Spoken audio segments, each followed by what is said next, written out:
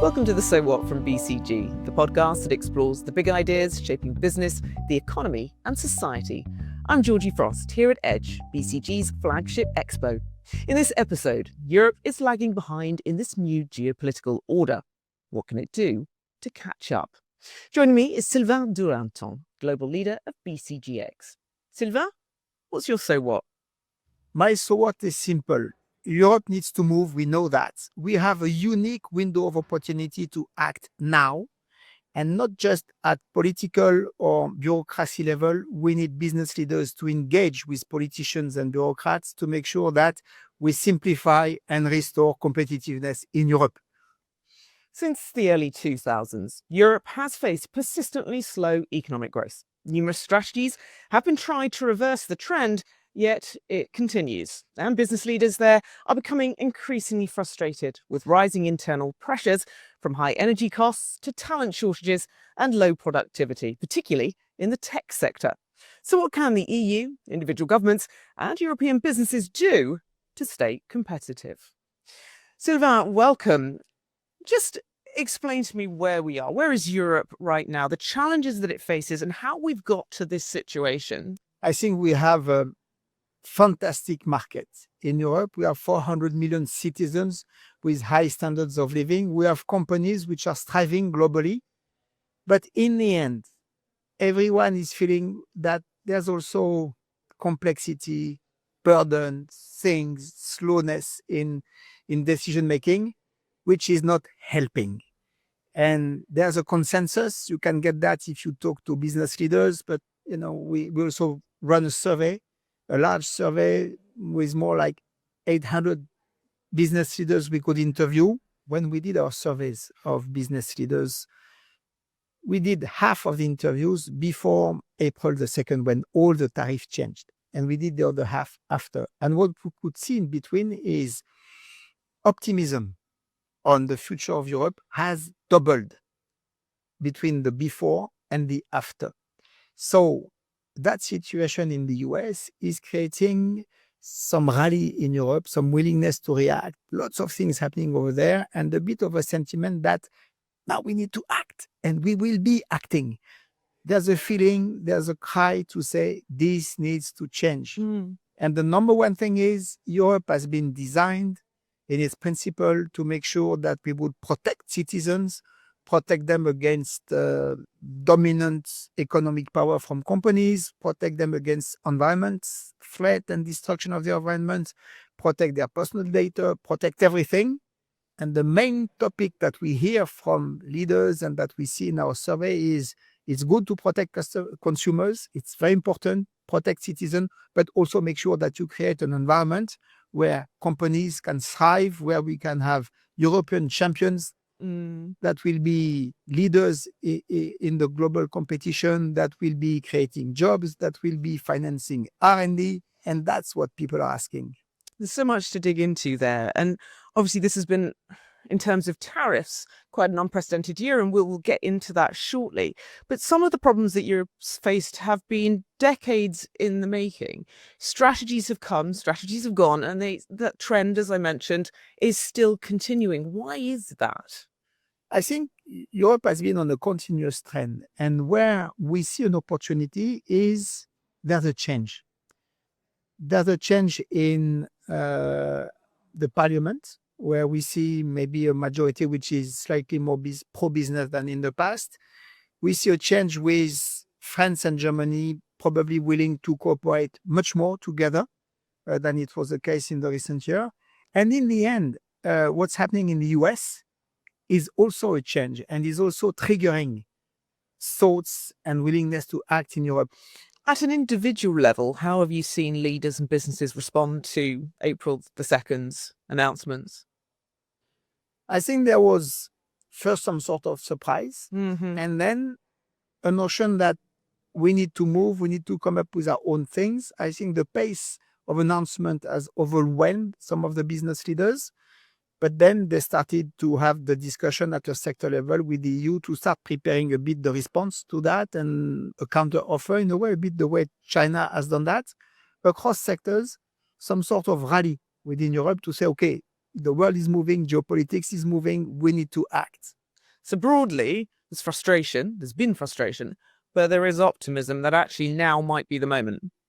Exactly that. So frustration is coming super hard. We see that in discussions, we see that in the surveys.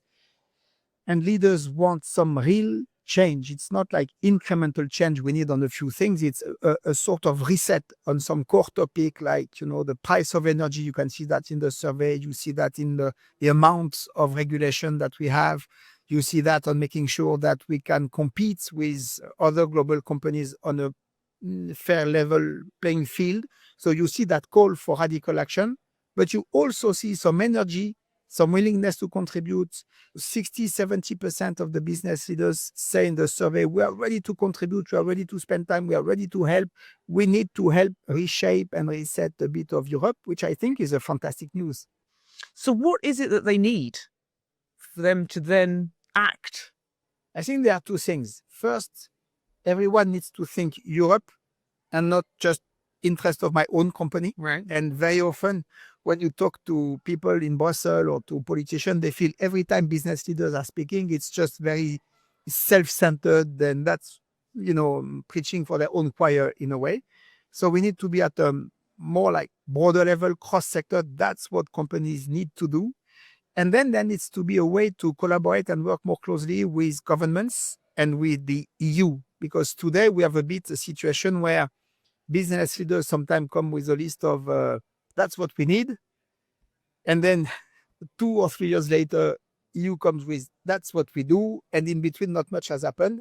Europe is very famous for regulation, not so much for growth and innovation. And one area particularly where we've seen the US and China speed ahead particularly is tech. What is needed to foster a great tech environment in Europe? And why is it so important? I think tech is super strategic, and I think now the word is out and no one is sort of wondering whether it's super important or not to build a strong tech ecosystem. US did that by being the first in the play. They've used their super big, investment power, especially from their big tech company, to really invest, develop models and do a lot. China has managed to build their own tech ecosystem too on a different route. There's lots of publicly funded R&D there, and there's a vibrant tech environment. And so far, Europe has been a bit, I would say, on the back foot on the tech, and we have super strong tech companies, but in the end, not the same scale, not the same size. And you had recently in the press some CEOs saying, when I need to choose who's going to take care of my data, I can choose between 3 US companies. It's not making me super comfortable. I think there's more and more understanding that there needs to be some sort of sovereign cloud ecosystem built in Europe. Are there particular areas of tech that we should be focusing on, do you think? We see many business leaders advocating for, European infrastructure solutions. There are a few players, a few initiatives, but so far they are not at scale yet. And there's a real question on how to mobilize an ecosystem to help some of those European players grow. How do we scale a digital single market, as it were? Scaling a market in Europe is a lot about making sure we have a unified market, because on many sectors we have a European regulation, national regulation, and sometimes even a regional regulation. And that's true in services, that's true in industry, that's true across the board. For strategic sectors where we want to see European champions, we need to unify much more our regulation so that there's a strong, deep, unified domestic market, quote unquote, for those players comparable to the domestic markets of players from other parts of the world. You mentioned there are a number of tech firms, and yet if you take a look at the top 50 top global tech firms, I think there's 3 or 4 from Europe. How important is it to have those large leaders? It's very important to have alternatives. Mm-hmm. And that, we have our own technologies, not saying that we can't use technologies from other parts of the world, but there needs to be some European alternatives to the rest. And that's why having only 4 or 5 European companies among the top 50 tech firms is not something that is acceptable. We need much more. But to do that, we need to think Europe, not to think countries. We need to make sure that the ecosystem is mobilizing around those firms. And public spending is a very important part of the thing. So all governments, agencies, public agencies in Europe, they are starting to have some very advanced contracts and migrating their data and doing things with AI. At some point, the question is who will they partner with to do that? And there will not be any European champion without support from the ecosystem. What other industries do you think that Europe could lead the way on? But I think what's important is to think sectors which are fueling the competitiveness of other sectors. You take energy, for instance. You need a super competitive price of energy if you want your other sectors to thrive, be it the tech sector, be it the industrial sector. You need a very effective capital market sector if you want your other sectors to thrive, because you need investment to be attracted in Europe and to be put after some of the European companies. You need a very strong tech sector because tech is powering the productivity of all sectors across. And if we have those foundations in place, then we can be super successful with automotive, with chemistry, with services, with biopharma, with everything. You've mentioned that we need to move towards a focus on revenue and results. What does that look like in practice? I've spoken with many startups or scale-ups, for instance, and they're all in the process of getting subsidies from their own government or from the EU because they are super innovative. So there's a way for them to get subsidized. The big feedback we get from them is it's good to get subsidies, but it will be so much better to get public orders. Because whenever you receive an order from a government or public entity, immediately it turns into real revenues. It's taken into account for your, to finance your company. Investors understand that and they value that a lot. What's the best way for that to work? What's the best partnership sort of look like? I think the companies who can play a massive role are the champions of their sectors, because we see that in many parts of the world. The largest telcos, the largest banks, the largest industrial company, the largest energy company, the largest pharma companies, they can finance and fuel a whole ecosystem around them. But we will not get that if we don't have European champions. And we need those European champions.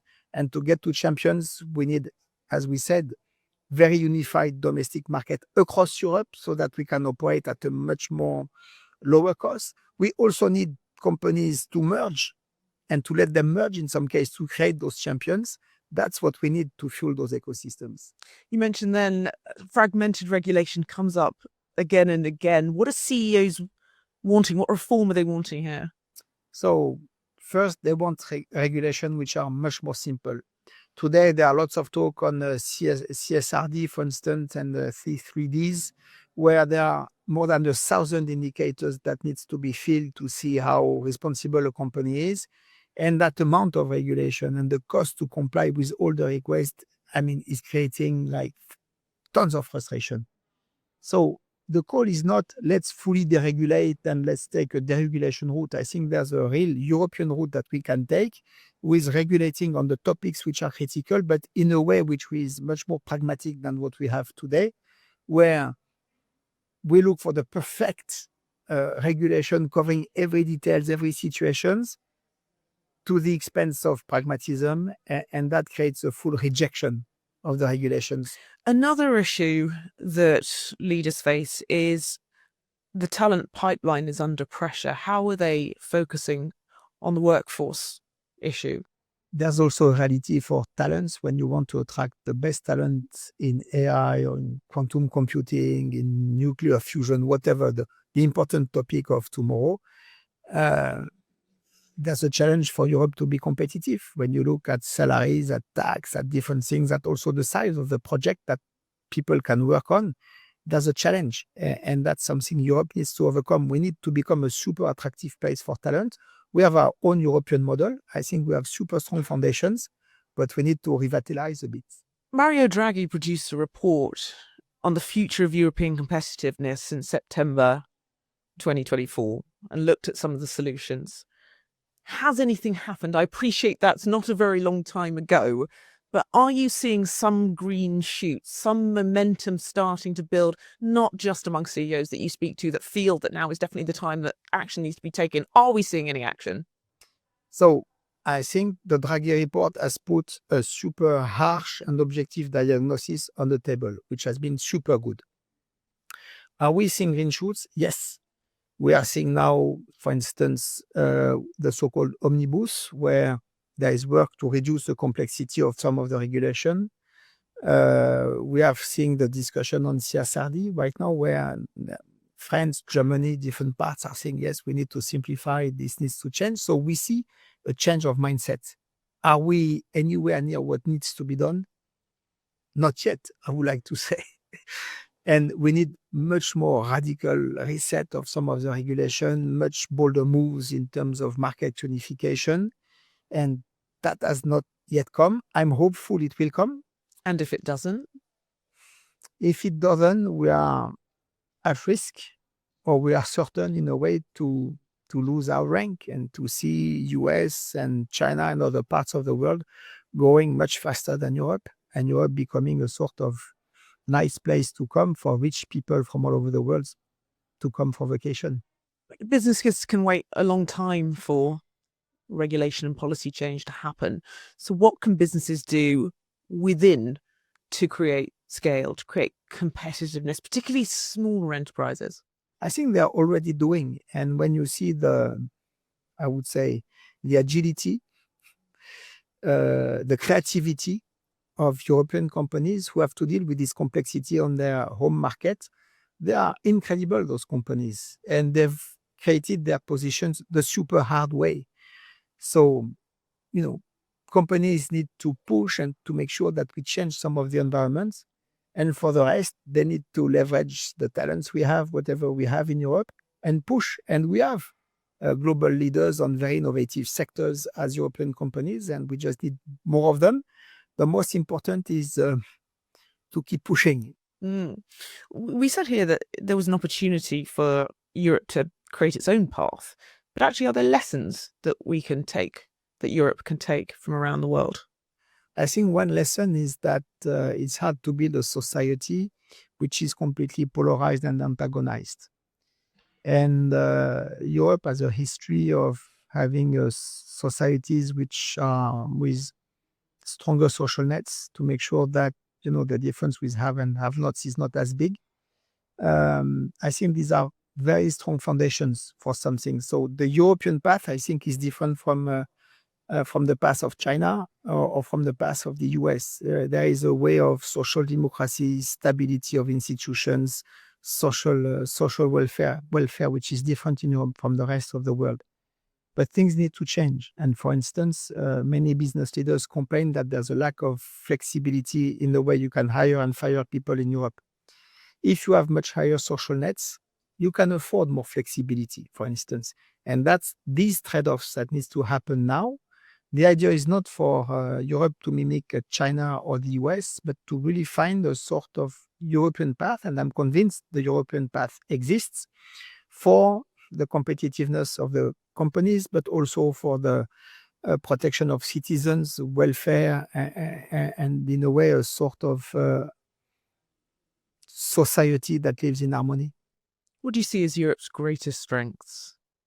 I think the strength of Europe is a long history of social democracy and institution, and a variety of culture that at first glance might look like, oh my God, it's a complex mosaic, but which in the end, if you can blend all of that together, gives you a very, very, very unique culture and diverse pool of talents. So this is the so what. What's the now what? What are the next practical steps that business leaders can take to be competitive, to grow, to be productive, and to help Europe? Probably the next practical step is about being humble. Solving the whole of Europe and all the topics of Europe might require infinite time and energy.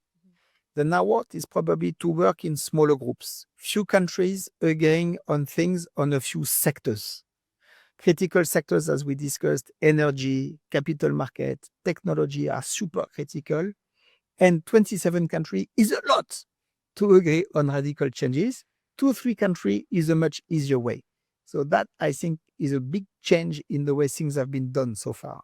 Sylvain, thank you so much for your time. Thank you, Georgie. And thank you.